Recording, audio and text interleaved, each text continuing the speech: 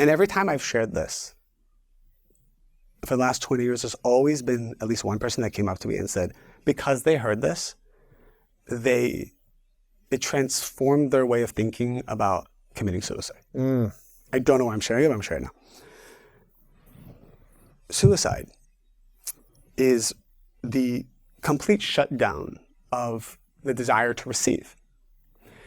It's basically saying, I do not want to receive anything, which we have now learned. The whole purpose of creation is to receive.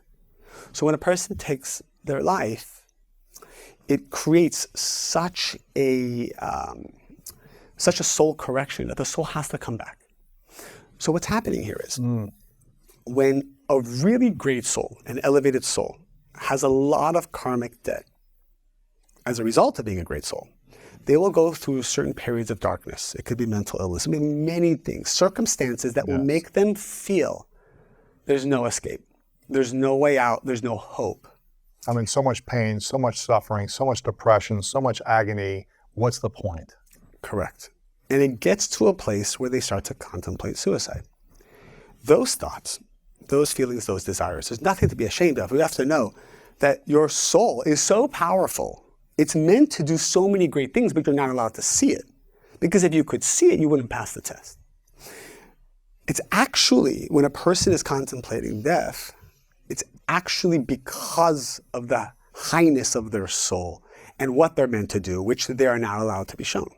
However, what they need to know is, at that moment, if they do take their life, let's say at the age of 36, in 2 months, 2 weeks, at 2 p.m., they have this intense desire to leave this world.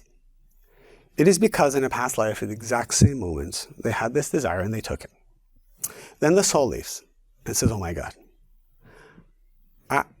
if I had just waited an hour, a day, a week, if I had just pushed through, every problem was about to be solved. Everything, the soul sees it. And again, it begs to come back, and it begs to go through the same painful, torturous, traumatic process up until the age of 36. And I always tell people, if you're thinking about this, you must know that you've been in this situation maybe hundreds or thousands of times before. This is the moment you can actually break the cycle.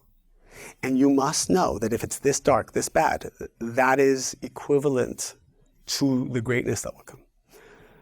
One time I shared this. In one of my classes, a woman came up to me and said, I need to tell you something.